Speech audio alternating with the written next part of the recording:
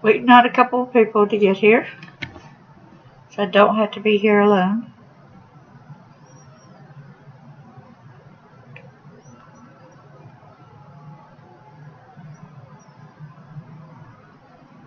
I do not have it recording right now.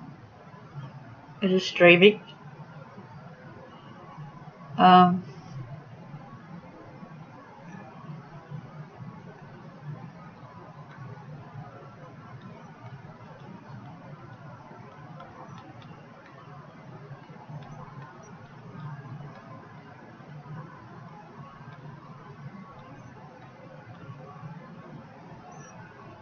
If anybody's in here, please give me a shout and write hello.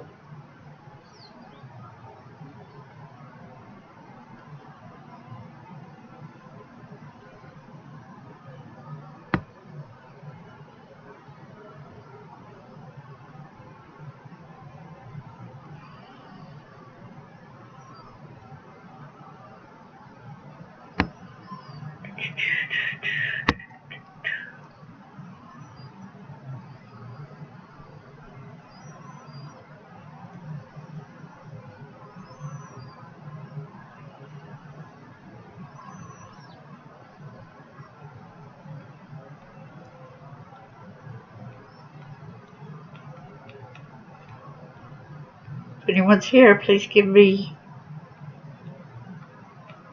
a chat.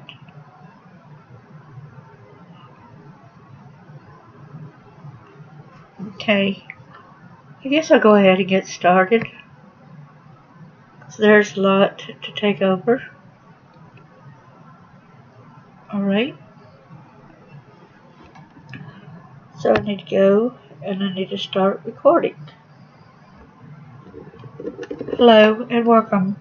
Today I've had a really rough day, but what I want to go over today, I just got through speaking to stopitnow.org. They are trying to stop child sexual abuse, trying to prevent it. Okay, without further ado, I'm going to get to the information. I do have it recording, so it's going to pick up and maybe you'll be able to watch it later. If you're not here now, you'll be able to take it up and do it from the beginning. Stop It Now. It's prevent child sexual abuse, facts about sexual abuse and how to prevent it. The original content is by Joan Tabachnik, updated 2009, designed by JKG Group. They're at 351 Pleasant Street, Suite B, 319, Northampton, Massachusetts, 01060. There is a helpline to contact. It is 1-888-PREVENT, PREVENT.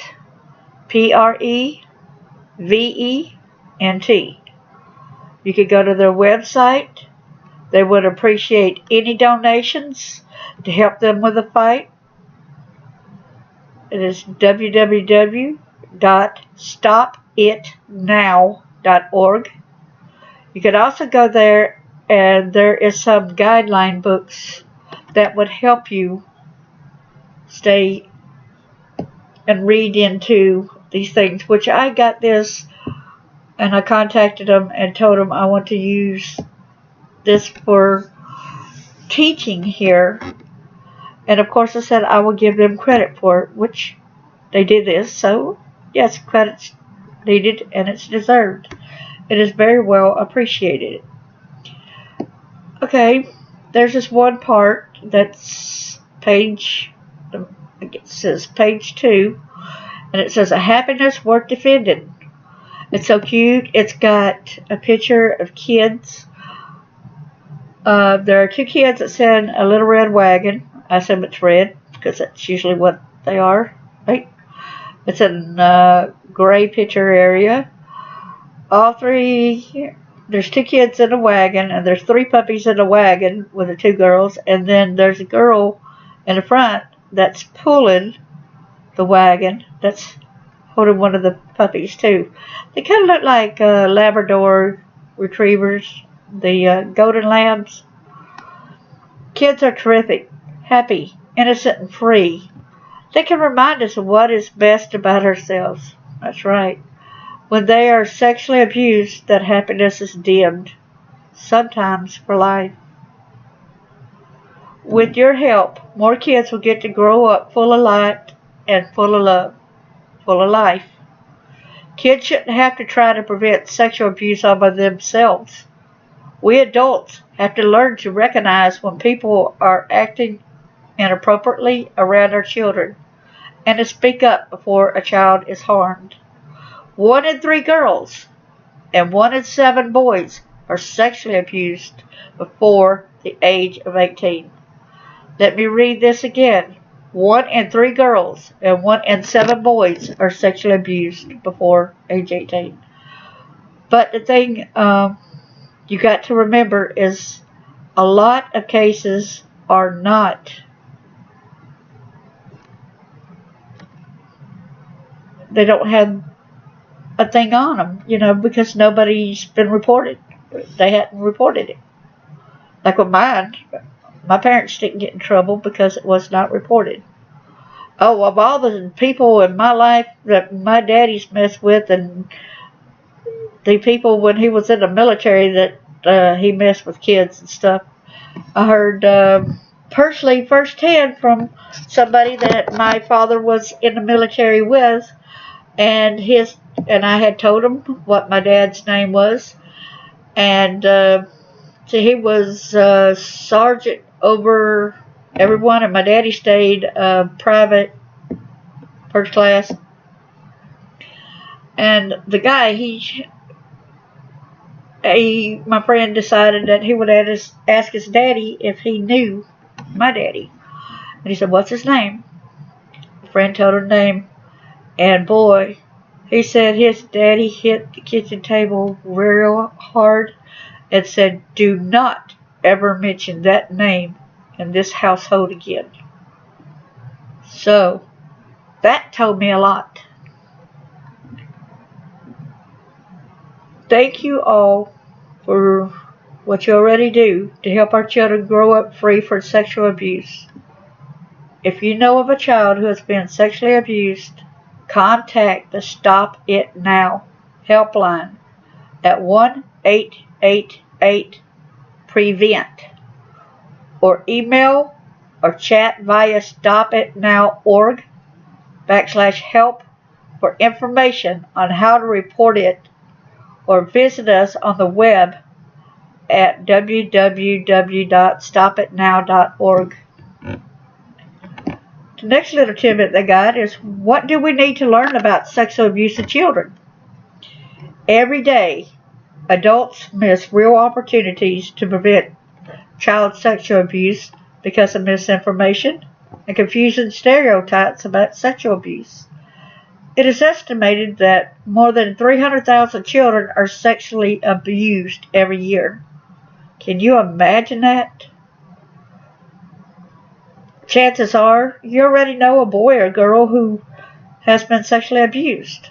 And in all likelihood, I know someone who hasn't been abused as a child. And you even, all likelihood, you know of someone as well. By educating yourself, you can become a powerful force in making the world a safer place for children. It's only in the last few decades that we as a society have started to acknowledge how widespread child sexual abuse has been and how much it hurts children. A lot of us know that from personal hurts because we have been done that way too.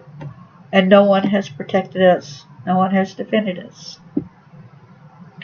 Now we use that purpose that we have to get the word out. Because if we stayed silent, it would still keep taboo. why do we want to keep protecting the perpetrators who's hurting us, who's hurting other kids? Some kids do not even survive the abuse and horrendousness of it all. For God's grace and mercy, I survived it.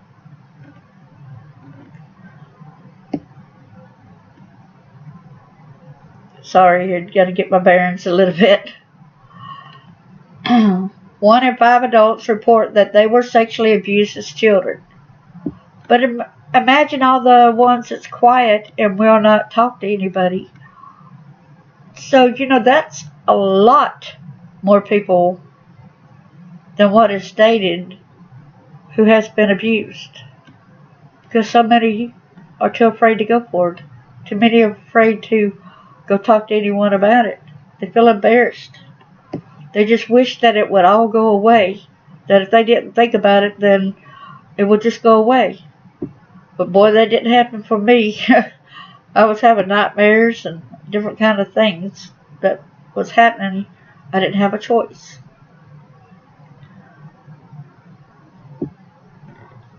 An experience that increases vulnerability to depression, substance abuse, aggression, and other difficulties.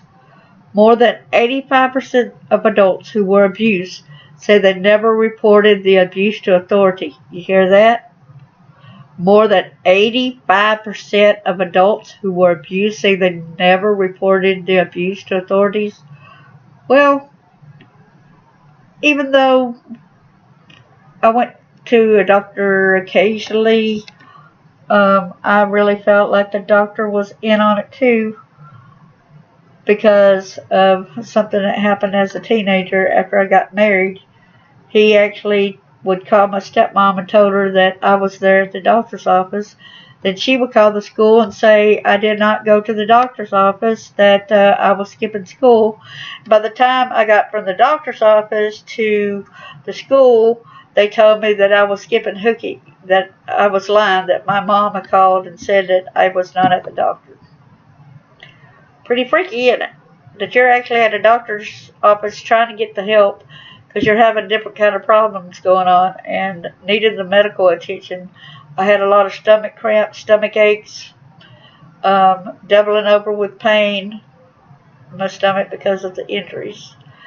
And I needed something where I would stop hurting so bad. And so I was being treated by that doctor. My mistake in going to that doctor was going to the same doctor that I was going to before I ever got married. I should have changed doctors. But now hindsight's 2020, huh? We can all go by should have. But I can't and don't need to blame myself. That was the doctor's fault for doing that. And you got to put in mind that during this time when that happened, there were no HIPAA laws. So he would not have gotten in trouble for doing this.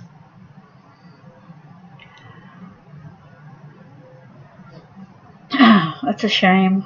In response to this new awareness, lawmakers have focused on managing convicted sex offenders and publicizing their whereabouts. While these measures have increased community awareness, they address only a tiny portion of those who are at risk to sexually harm children, those who already have been caught and convicted.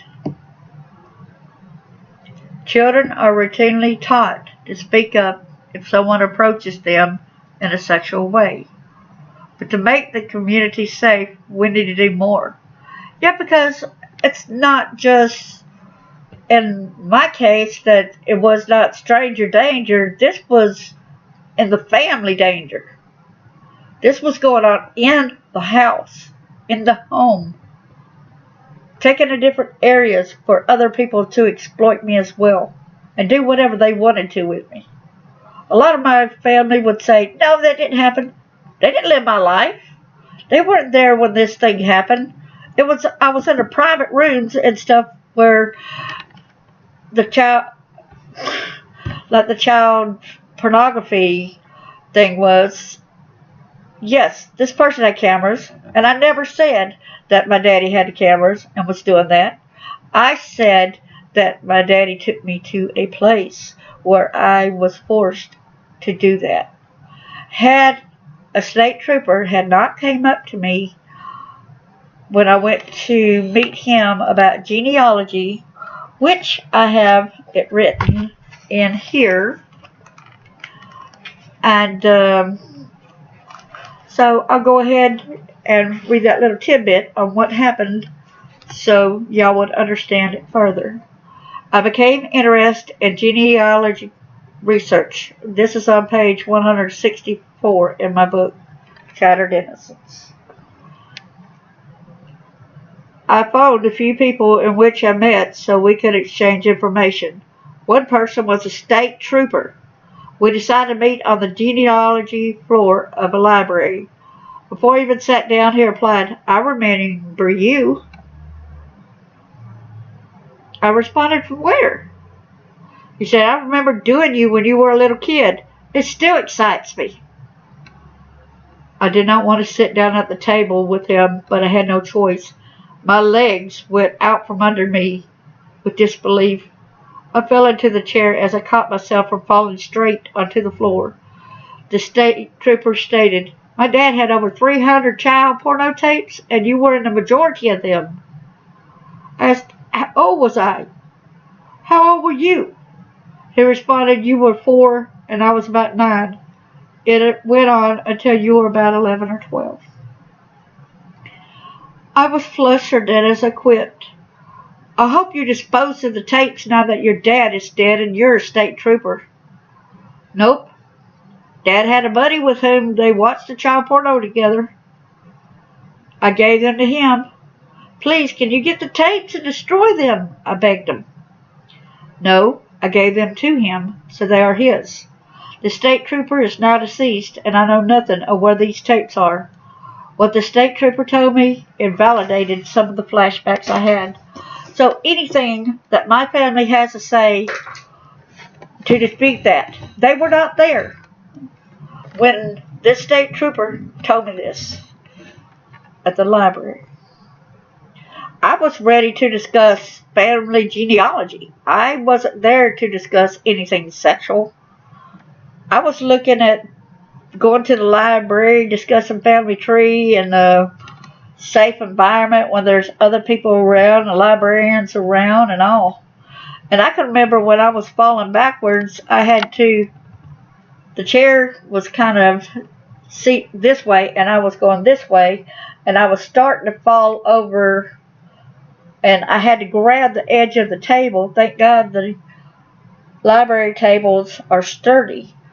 And I had to grab the edge of the table and hold on to the chair at the same time. And luckily that table thing was helping me, but it made such a racket that everyone in that genealogy room, librarians and all, turned and looked at me to wonder what the commotion was. I was too embarrassed to say anything. I was flabbergasted at what I was hearing. I wanted to know what it was he was saying, like, what's going on here? And you're state trooper and we're here for genealogy. What's going on here? I don't remember you. I don't remember doing this kind of thing, but I had flashbacks about seeing some of these things happen. I just thought it was nightmares, bad dreams, maybe some news articles that I might have seen or something. But this state trooper validated it. Sickening.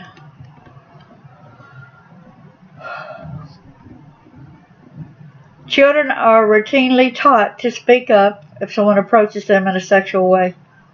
I still got a problem with that. I'm sorry. I'm just going to have to go over that because let's just say children that have good parents, they're taught.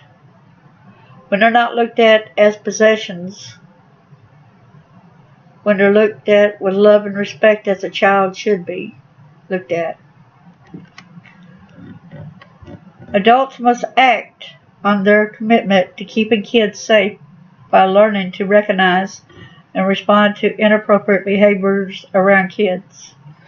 Before a child is harmed, and adults have to learn what to do when it seems like someone may be sexually interested in children or is harming a child in a sexual way.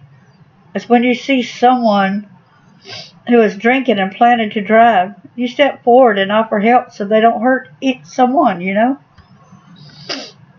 In 90% of child sexual abuse cases, and that's cases, okay, cases where it's actually brought up to the court system,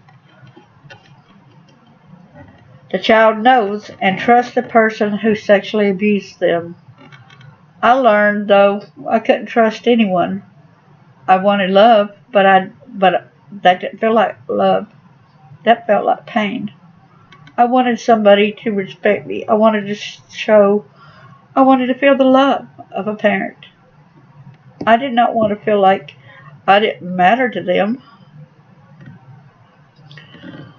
This guidebook contains a lot of the information about how adults can step forward and help protect children. Like I said, you can go to stopitnow.org. They have got documents, guidebooks and stuff. And this one is titled Prevent Child Sexual Abuse. And it's PDF format. So I recommend y'all go support them. They do have links on their site where you can go and donate money to help them with the awareness for what all they're doing on trying to help. They do have where you can click on and talk to somebody during certain hours.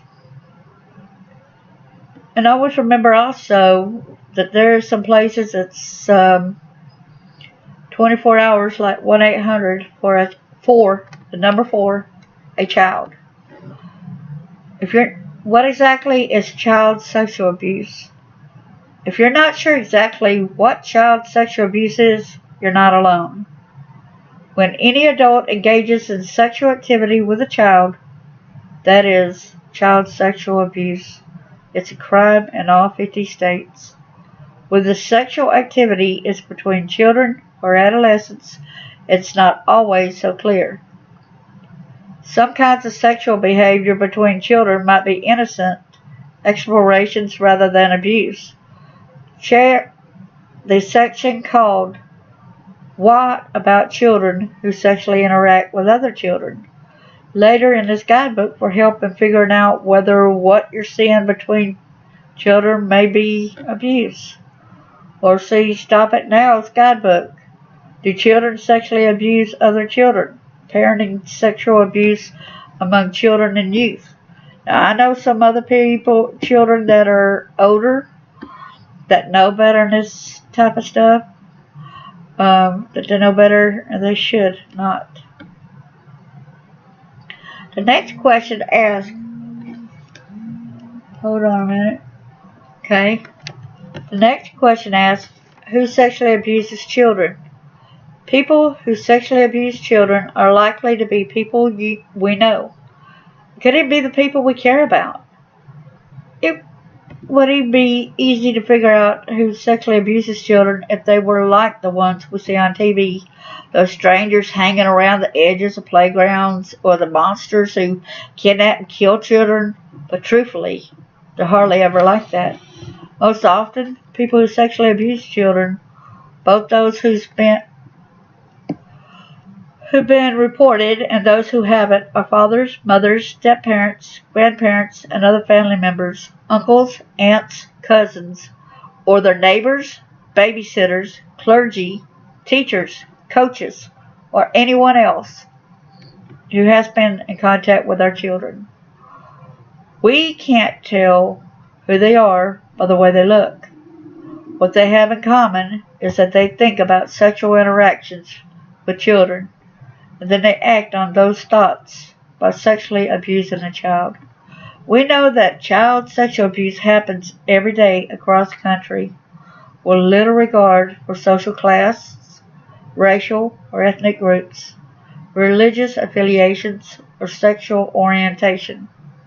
That means that adults and youth who have sexually abused a child live in the same neighborhoods, shop in the same stores, and use the same parts that we do.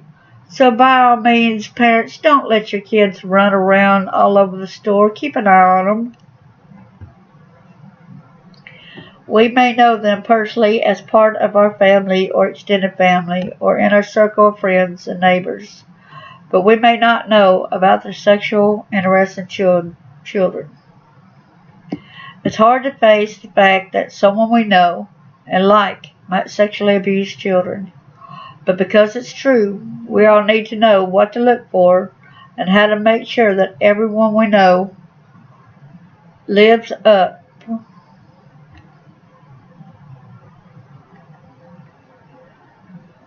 Sorry, I got a text.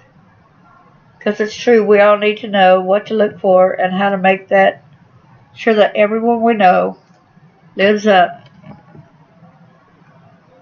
to an expectation of safety in our homes and communities. Hold on for a second. I want to make sure everything is okay. Alright. I don't see anything. I'm sorry. Child sexual abuse includes touching and non-touching behaviors. Now, I'm not going to be sexually explicit on here and say the names because I don't need Facebook, jail, whatever. But you already know some of the private. Touching a child's genitals. I'm not going to go into details of what all that is. I'm sure you, as adults, know. For sexual pleasure or other unnecessary purpose. Making a child touch someone else's genitals or playing sexual pants down games. Putting objects or body parts like fingers, tongue, or genitalia inside the sexual places that in the mouth or in a rectum for satisfaction or pleasure of unnecessary purpose. Non-touching behaviors include showing pornography to a child, exposing a person's genitals to a child, asking children to interact sexually with one another, online enticement of a child for sexual purposes, photographing a child in sexual poses, exposing a child to adult sexual activity in person or through the use of technology, watching a child undress or use the bathroom, often without the child's knowledge, known as voyeurism or being a peeping Tom. If you see behaviors that concern you, please contact Stop It Now's confidential helpline at 1-888-PREVENT or email or chat via stopitnow.org/help for supportive guidance, information, or resources. Behavioral symptoms of possible sexual abuse. I think I'm going to do this other side over here, then I'll go to that because after I get to this other part, I've got to tell y'all about what happened today. And thank God I had a dear friend who stood up to the plate when I was having this emergency issue. Thank you so much for praying with me and praying for me. Okay, why do people sexually abuse? There is no usual pathway to a sexual offense.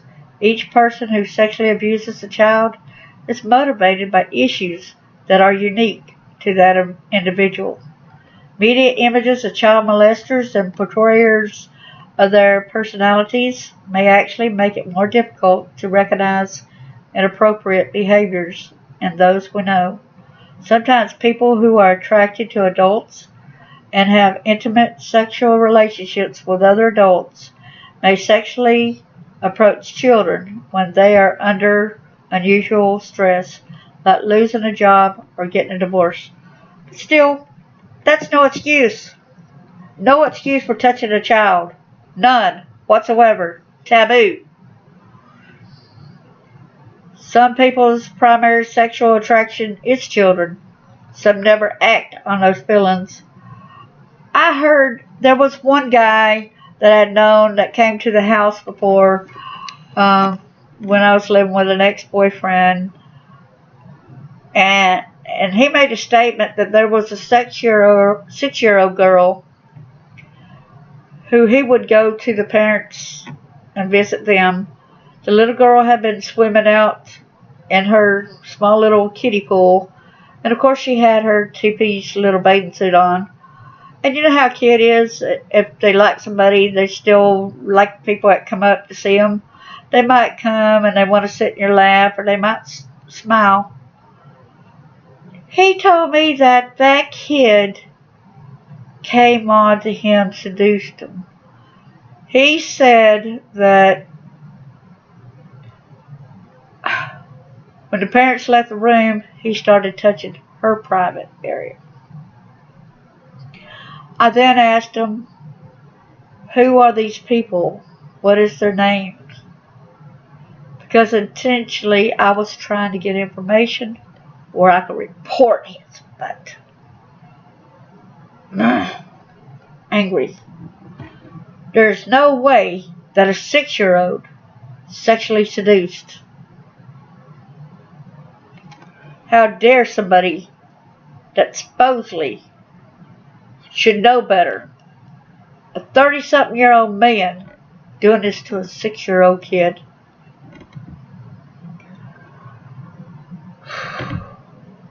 And sometimes people go ahead and do it because no adult will give them a time of day. And the one thing I would have to say about that, this guy was married. He had a wife. He had a wife.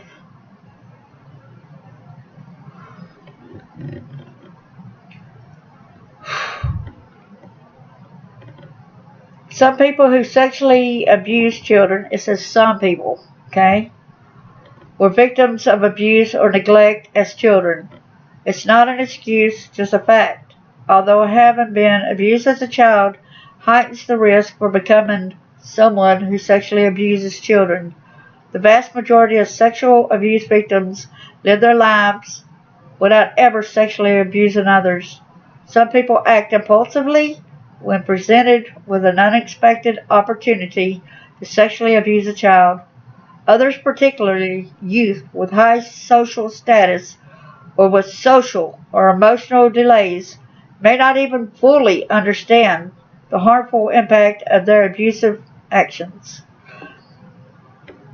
One person said, I turned myself in 2.5 years ago. I pled guilty because I wanted help to stop molesting children. He seen that he was wrong, and he went for help. Thank God. Words of a man in prison for sexual abuse.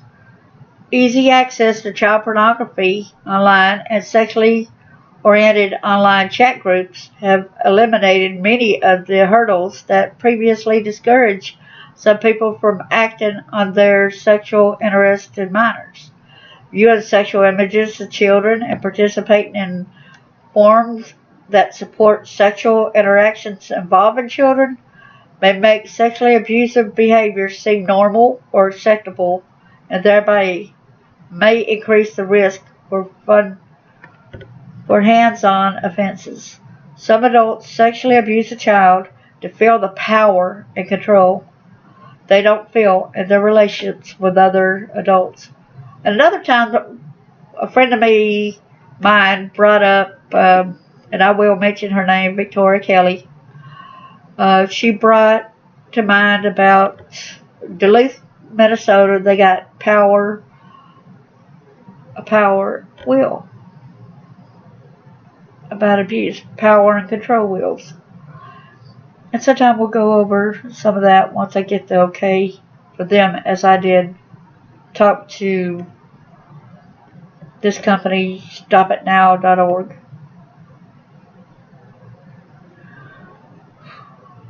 Some adults sexually abuse a child to feel the power and control they don't feel in a relationship with other adults. These are just a few of the many reasons why someone may choose to sexually abuse a child. No reasons, excuse, or just to justify sexualized behaviors involving a child. no matter what the reason for the abuse. The effects on children may be severe and may last a lifetime. So now we're on to the nitty-gritty of before my stopping point. So then I will go to my book after that. I'm going to go over a little bit because I got to touch base with what really struck me hard today and got me into a bad zone, to say the least. Horror zone. Horror. Horror. Do you notice some of the following behaviors in a child you know well? One of the first is nightmares, sleep problems, extreme fears without an obvious explanation. You can still have that as adults. I did. And I had it as a child too, and they said that whenever I spent the night over at Fred's house, they said I would wake the parents up because I was screaming so loudly. Sudden or unexplained personality changes. Seems withdrawn, angry, moody, clingy, checked out, or shows significant changes in eating habits. Well, when you're pretty much neglected and your parents don't feed you, I'm not talking about my dad and my stepmom not feeding me. I'm talking about when my supposed birth mother and my stepfather, they wasn't feeding me. I just wandered around, and whenever they wasn't home, I snuck in, and I guess you could say I lived on mayonnaise, ketchup, salt, and pepper sandwiches. I had snuck in, and a couple of times they did have something like, what is that, peanut butter and jelly that's right there together, mixed together. That's what I would have at times. And then the only kind of tea or drinks that they had was either water or the instant tea that had the lemon. I think it was Lipton. And so I do that, and then I put the stuff in the sink, and I made sure to wash it where they would not have proof that I ate anything there. I used the bathroom and left before they ever came home, and then I wandered all over town, down the railroad tracks, in the empty fields. I would even go to a nearby field where there were red clovers. They were so soft and cushiony. I really enjoyed turning somersaults. I felt so free. But then I could understand the owner of that property worrying that a child might get bit by a snake on their property, might get hurt or injured, and they don't. And so I was forbade to go back there and play. I was disappointed. I really enjoyed being able to do that anyway.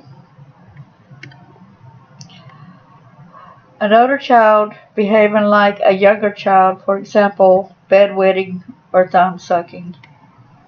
Well, a lot of times people that's been abused do have problems with dissociation, different personalities, as it was my only survival mechanism that really helped. It wasn't my only mechanism, but that was a main mechanism that helped me not remember it all, because I think had that not happened, I don't think my small little brain would have been able to tolerate everything that was going on if I remembered it all.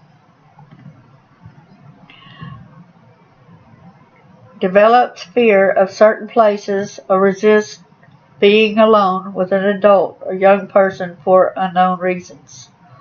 Shows resistance to routine bathing. Toileting or removing clothes, even in appropriate situations. I didn't like removing my clothes in front of nobody, and I still have that problem today. Alright?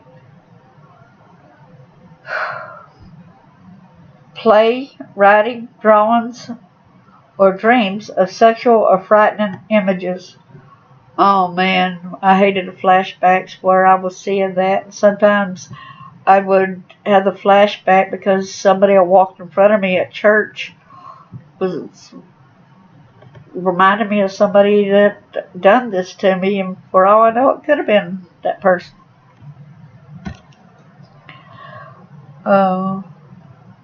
Then also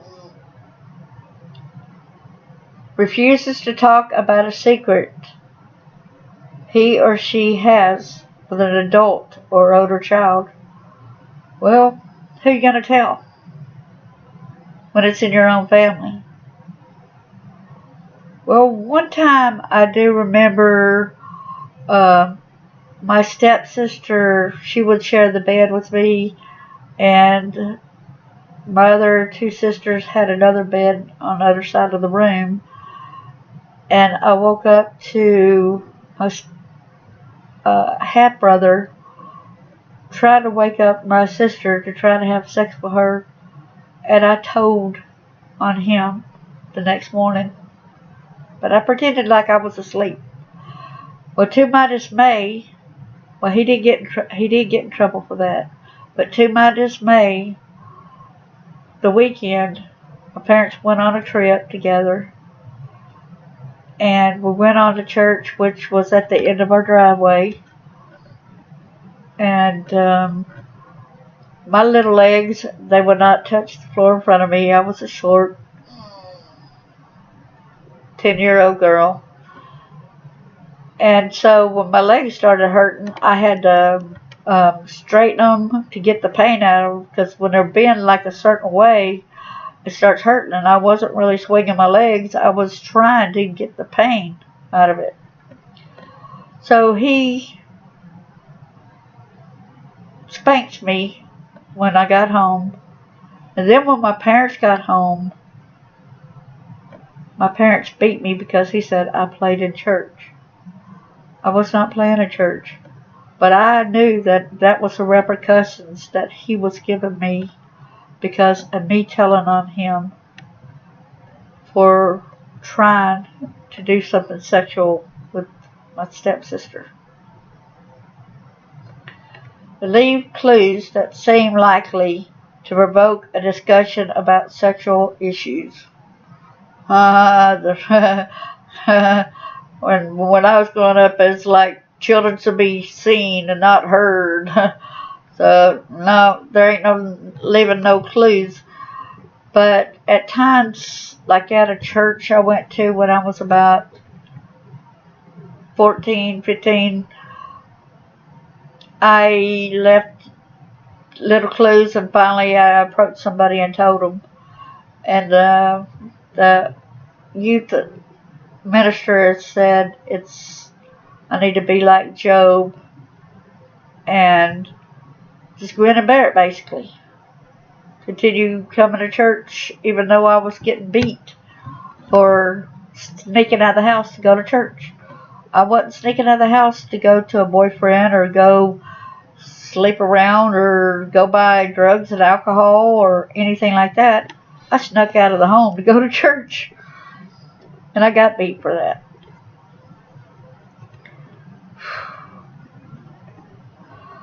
Alright. Develop special relationships with older friends that may include unexplained money, gifts, or privileges. I didn't never have to deal with that, thank God. Intentionally harms himself or herself, for example, drug, alcohol use, cutting, burning, running away, sexual promiscuity. I remember I did things sometimes like I would rock, and rocking motion kind of helped soothe me at times. And another thing that helped soothe me is we did have some pets, and it really helped a lot of times to pet them and show them the love. We had a little Chihuahua, it's so cute. Boy, let anybody come up and hit my hand or anything, boy, that Chihuahua, he would protect me more than he would anybody else. He was really close to me, because I was basically the main one around him, taking care of him.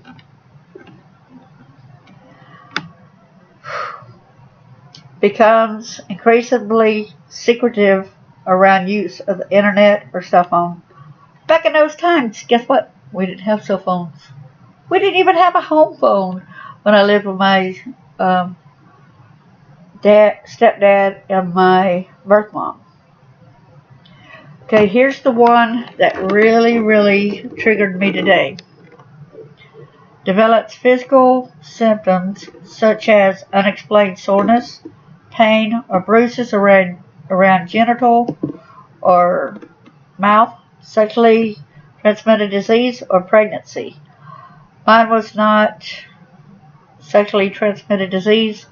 Mine was a pregnancy, a rape, which I will get into that in a few minutes. If you see behaviors that concern you, please contact Stop It Now's confidential helpline at 1-888-PREVENT. Thank you so much. And now I can close that part out. Oh, thank you for sharing awareness. Oh, thank you so much. But it says I'm a CSA. Childhood sexual abuse. Thank you so much. I appreciate it. On that. So then I started having problems. And after that genealogy research, I named this one doctor. I called him Dr. Jack Kemp. Of course, I changed my name to protect myself as well. And I think I'll go back to the beginning of this chapter, starting on page 156 if you got a copy of this. Chapter 9, Shameful Family Secret Shorn. It took a lot of grueling therapy to get to the root of the sex abuse. When I began therapy, I had already known about prior stories of sex abuse. It took different therapists until Dr. Jack Kemp became my psychiatrist. He reminded me of Mario from Mario Brothers, the video games. I had already uncovered some of the shameful family secrets. I call it this because it had been hidden and taboo to speak about. Before beginning my therapy, I began having a lot of flashbacks and nightmares. I was afraid to step out of the house. Every yellow line on the road made me more nervous. I became sick to my stomach and returned home. As Dr. Billy Waters, he's my OBGYN, but even after I had the hysterectomy and stuff, he still was my doctor. Because he told me he could see me for anything, and I could tell him anything, and I trusted him, so I didn't have to see him just for the sexual things. He saw me for test out for see if I got diabetes, different things like that. As Dr. Billy Waters had seen the damage inside my body, it made me worry more. I was afraid to fall asleep because of the nightmares. To make some sexual nightmares come to a halt, I had to have sex every few days, although sex hurt me. I thought at least I might be able to have a peaceful night's sleep without horrendous nightmares. Before becoming a patient of Dr. Jack Kemp, I had seen one other therapist, as Sam Saber. I knew I had a problem, but our insurance didn't cover psychological visits at the time. An elder from the church, Mr. Pincher, knew a therapist who would see me. He paid a therapist, Mr. Sam Saber, because with 2 boys, a house payment, and normal bills, we couldn't afford it. The psychologist had an office at his home. He informed me that my husband Jeffrey and Mr. Pincher agreed to let him do unconventional therapy. Y'all ever heard that? Unconventional therapy? They agreed to unconventional therapy? He always made sure his office was locked. He didn't want his wife walking in. I can understand that for privacy reasons, but you'll understand a little bit more in a minute why I say that. He always made sure his office was locked. I would sit and stare at the clock. I didn't know how to express how I felt. My feelings never mattered before, so all I knew was fine, okay, sad, and happy. Most of the hour was filled with me watching the clock.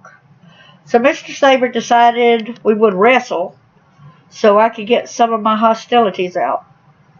He won and had my arms pinned to the floor. I yelled in pain. He placed his head on my chest. I yelled, "Get off of me!" Mr. Saber said, "An old man needs to rest." I said, "Not on my breast." I kept fighting, trying to get up. His wife heard the noise and knocked on the door, wondering if everything was okay. She heard me scream out twice to get off of me. He informed me to be quiet. I was a master at being quiet. Since he did this, I refused to ever wrestle with him again. I felt violated. I told my husband and Mr. Pincher about this. They both thought it was okay to do this since he told them at the beginning he had to do some unconventional therapy on me. What do y'all think about that? Tanner?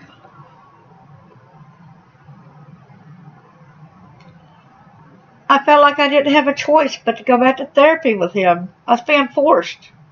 Mr. Saber informed me that I had agoraphobia. I had to go places with him and stay in the car no matter how sick I felt.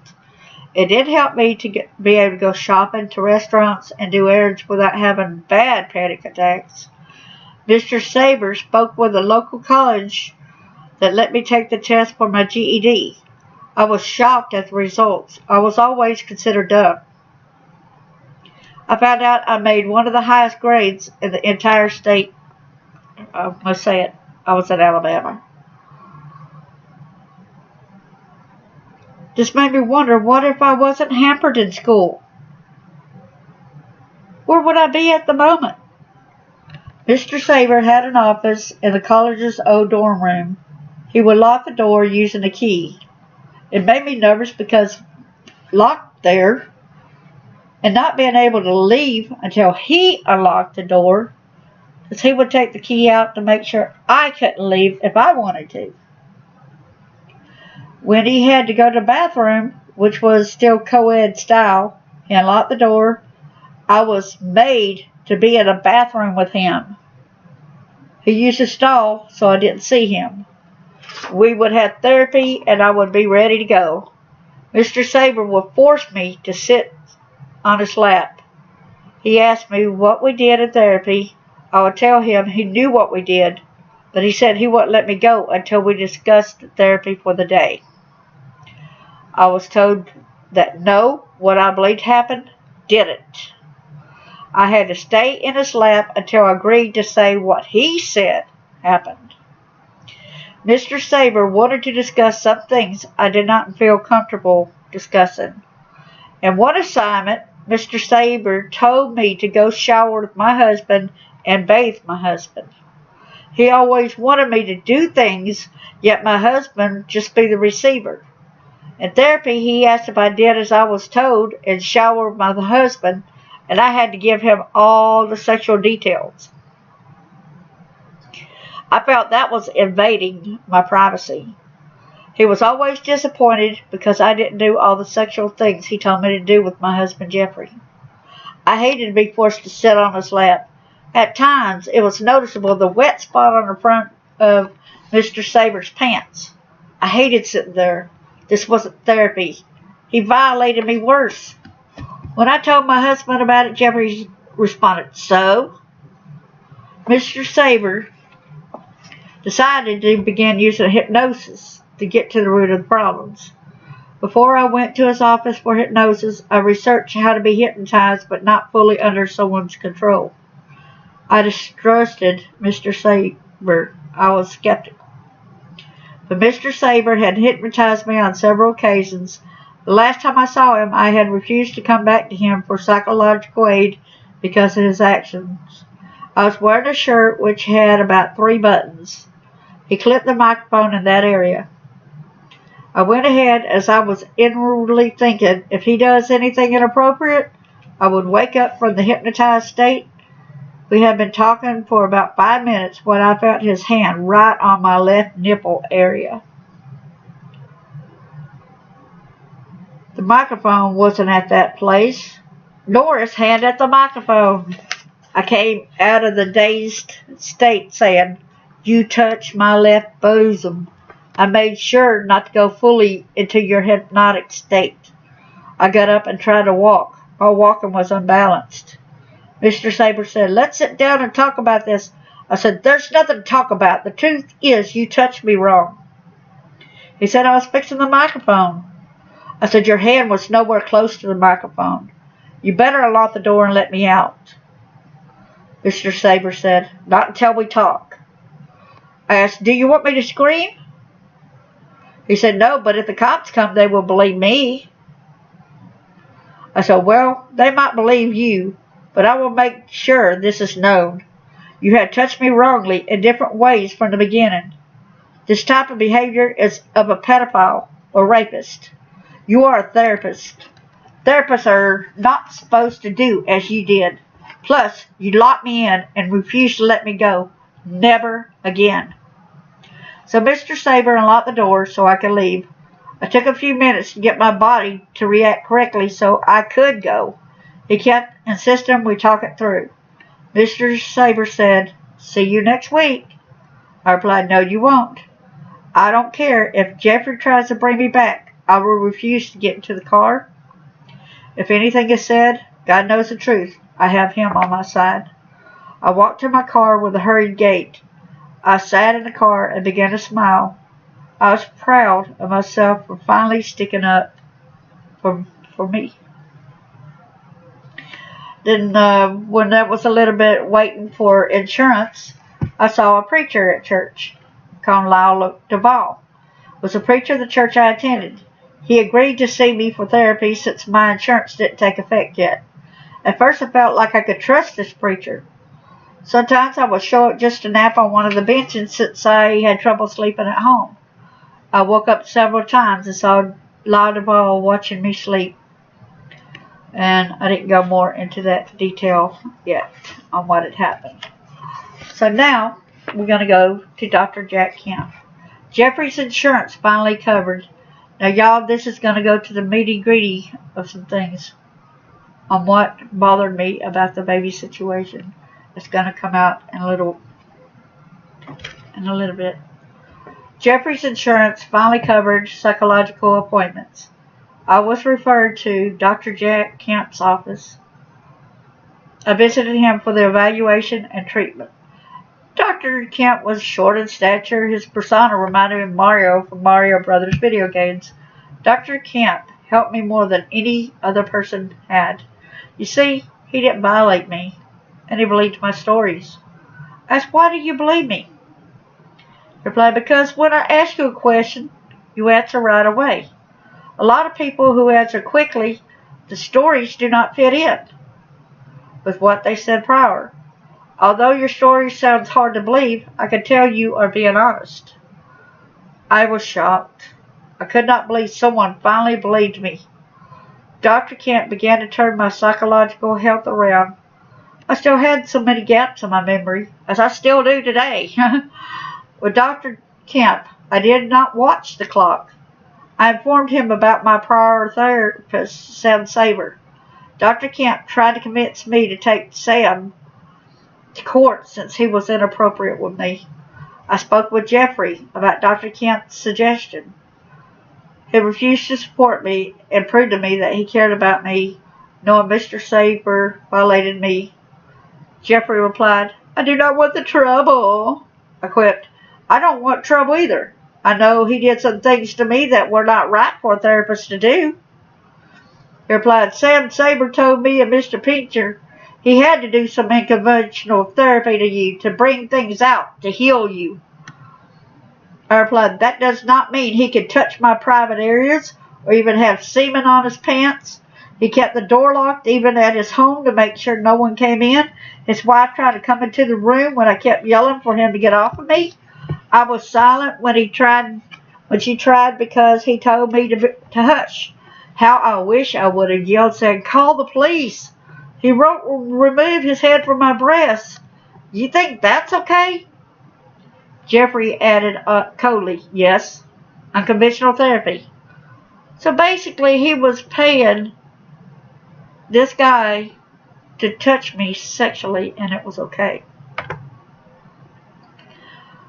I walked away feeling like a whipped dog. My head was hanging low for having to remain silent, although I was violated. I was thinking, I was treated like a prostitute. You and Mr. Pincher paid him, and he could do anything he wanted to me.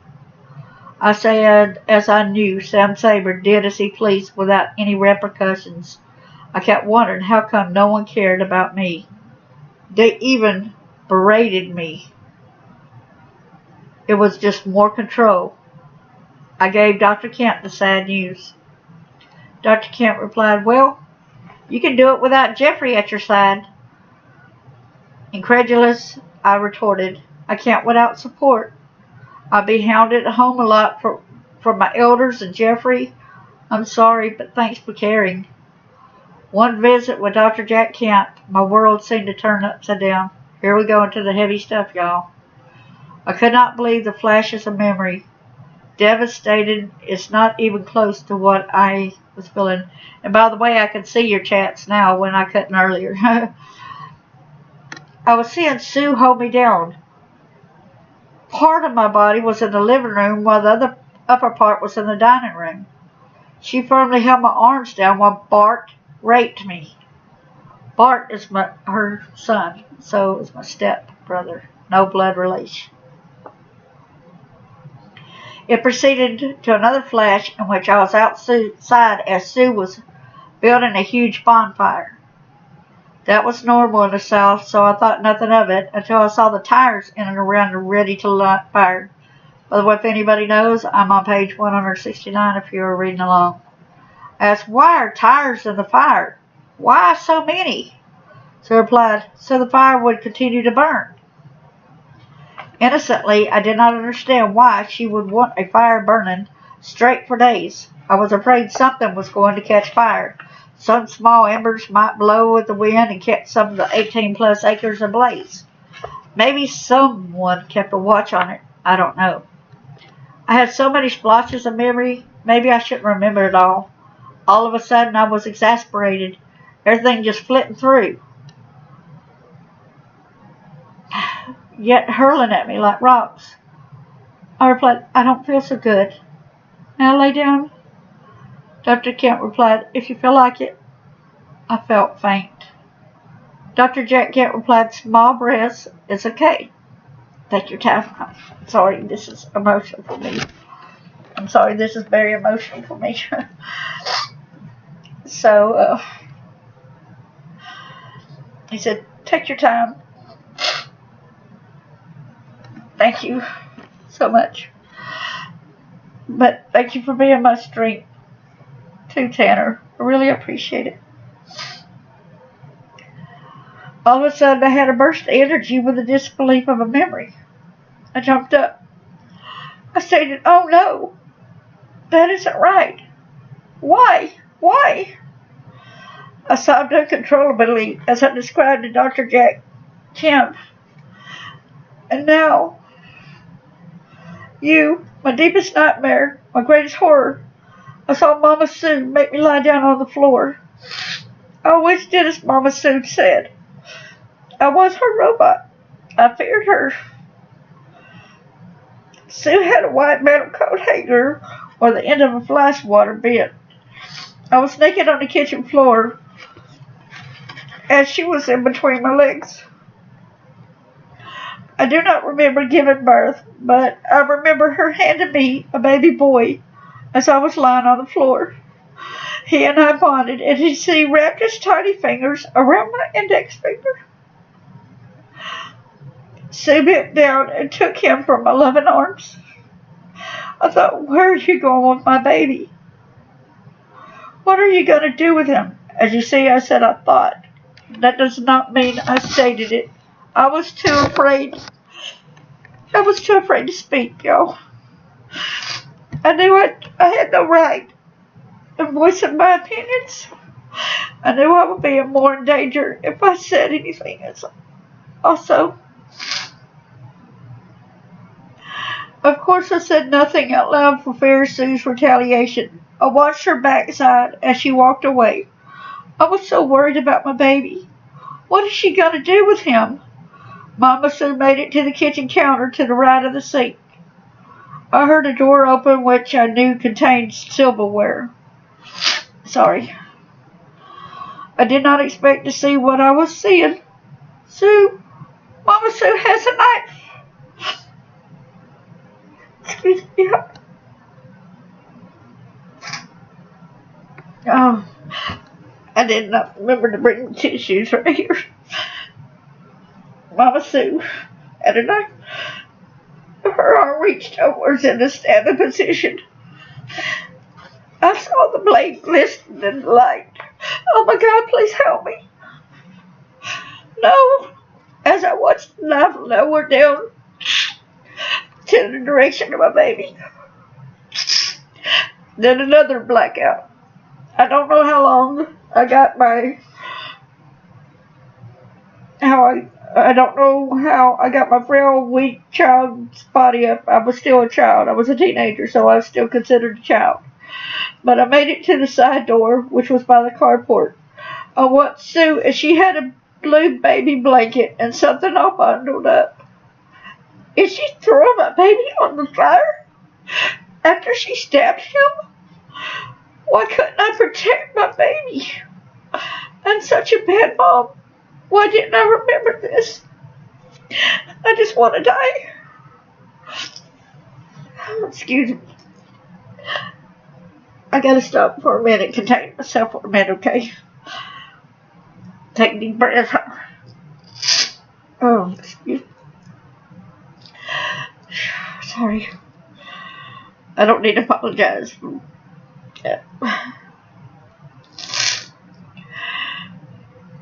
Is she throwing my baby on the fire after she stabbed him? Why couldn't I protect my baby? I'm such a bad mom. Why didn't I remember this? I just want to die. Dr. Kemp gently asked, do you have any proof? I said, no. Wait, I sort of do. I'm so baffled. How could this happen? I told Dr. Kemp I remember when I was pregnant with my first son while married. The nurse said I had a baby before. What did I do with it? I thought she was crazy.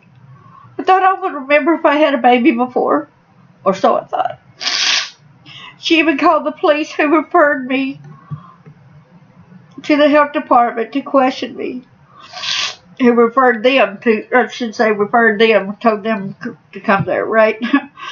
I told the police I did not have a baby before. I called my husband to come pick me up and tell the police I did not have a baby before. I didn't remember it, y'all. If I would have remembered it, I would have spilled my guts out. I would have told. But I did not remember it. Jeffrey left work to come and get me away from the situation, as he didn't know about the baby either. Dr. Jack Kemp replied, there's your proof. A doctor knows if a woman had a baby before.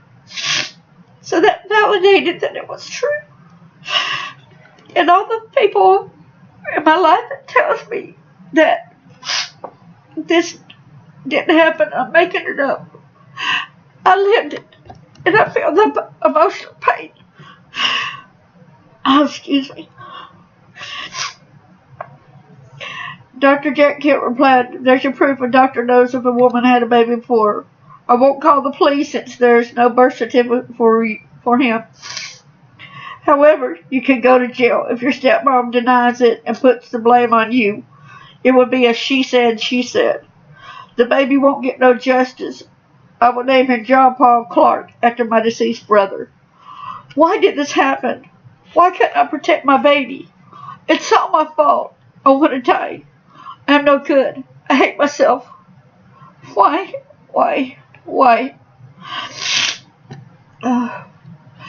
That's the end of that part. And then I'm going to go to this section where a little added insight, because a lot of people wondered,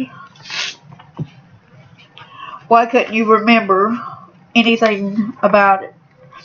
Do you have any other thoughts pertaining to this? So I felt like it was important to touch added insight. When I spoke of the memory of the pregnancy, I was in shock. I did not understand how a mind could block such a horror of a sweet blessing which turned vile. I had blocked it out for so long. Saying I was devastated does not even come close to how I was feeling. Oh, man. This is hard, y'all. I'm not joking.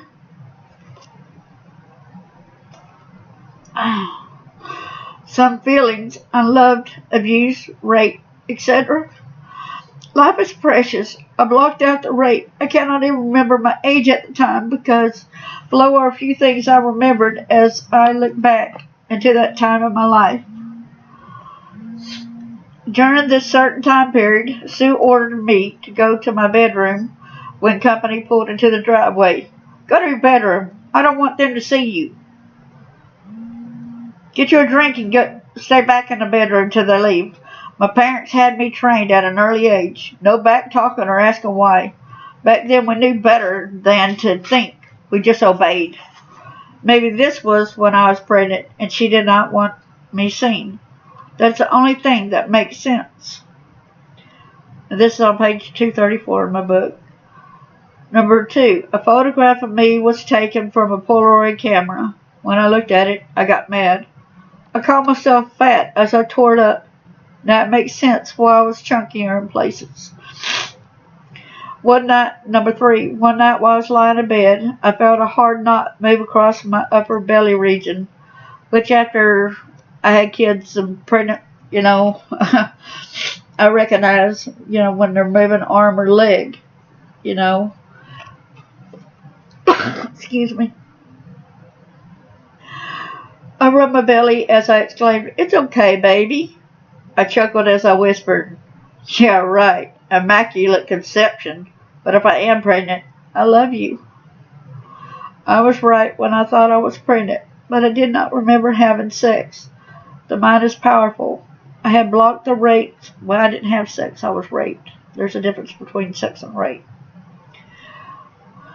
I had blocked the rape, the pregnancy, and eradication of the precious little boy. These are the only instances I recall, along with the demoralizing flashback of this precious little soul. This engulfed my entire being. I began having suicidal ideations. I could not fathom anyone being that cruel. I am grateful for the doctor who believed me. Dr. Jack Kemp genuinely cared and was a lifesaver. He had his rope with a round lifesaver when he saw me drowning. He gave me hope. I hated having the flashbacks, especially when I had 2 children who probably noticed my turmoil. Please forgive me for not caring about the present, but John Paul needs to be remembered. I named him after a brother who died around back in 1974, but it's either 1972 or 74. And I'm sorry for crying, y'all. And as I stated earlier about remembering about the child, today I read that the pregnancy thing and the pain, but then also all of a sudden it hit me because it was in the same paragraph. It had not been separated. I probably would not have put it together like that. So I remember one time that my stepmom had a car battery and she would not let me put it in the floorboard. I think she did get it from the floorboard and made me put it in my lap.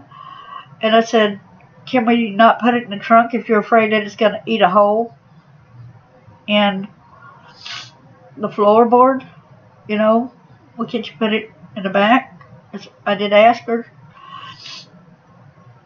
And so she intentionally had that between my legs, and she intentionally kept slamming on her brakes just so the battery acid would get all over my private area.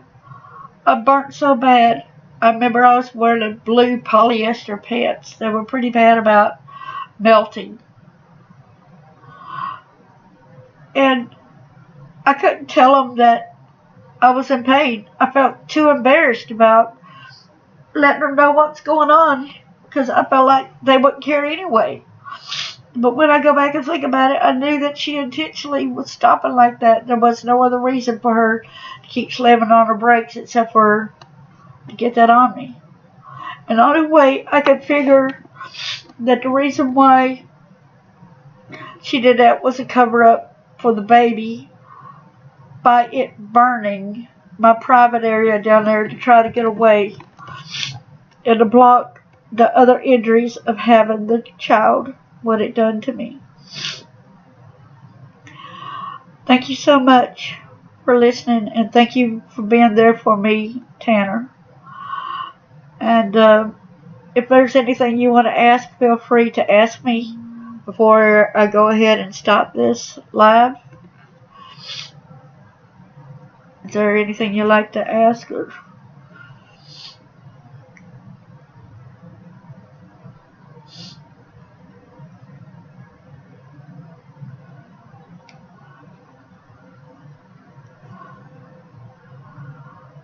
And if it were not for you today, I would be more of a basket case whenever I remembered that and put the two together like that. It really just was really too much at the time. And for that, I want to thank you for being there for me, and thank you for being a true friend. And know that I'm here for you as well. I'm here for my other friends also. And thank you so much, and God bless each and every one of y'all. And I want to say thank you, Lord, for at least the little bit of love that I remember between me and John Paul when he wrapped his little hand around my index finger. That was so sweet, so caring. I got to feel his love. He seemed like he felt safe in my arms. He was not crying. But no matter what, he's not with Satan. He's with God. I have to strongly believe that. And I really believe that I felt like Jesus was telling me that earlier. Because I had that message, I'm here. He's with me, you know. It let me know when I was going through some hardship. I really heard that voice within guiding me. It's going to be okay. He's with me. So basically, my family is not going to ever pay for it in this lifetime. But they will pay for it at the end. I still need to pray for them and their souls. But man, it's so hard thinking about even being in heaven with them. That would be so devastating. And I had to do away with my siblings who disagree with a lot of this stuff that happened to me. Said that my parents cannot defend themselves. But I got this to ask: who defended the child? I was a child. I was under their care. They were the ones that's supposed to protect me and take care of me. It was their responsibility. And I'm so glad that I stopped blaming myself for the things that they did. And I do feel sad that I was not able to protect my son. But he knows that I loved him. We bonded. I never heard a cry or nothing. It's kind of weird, you know.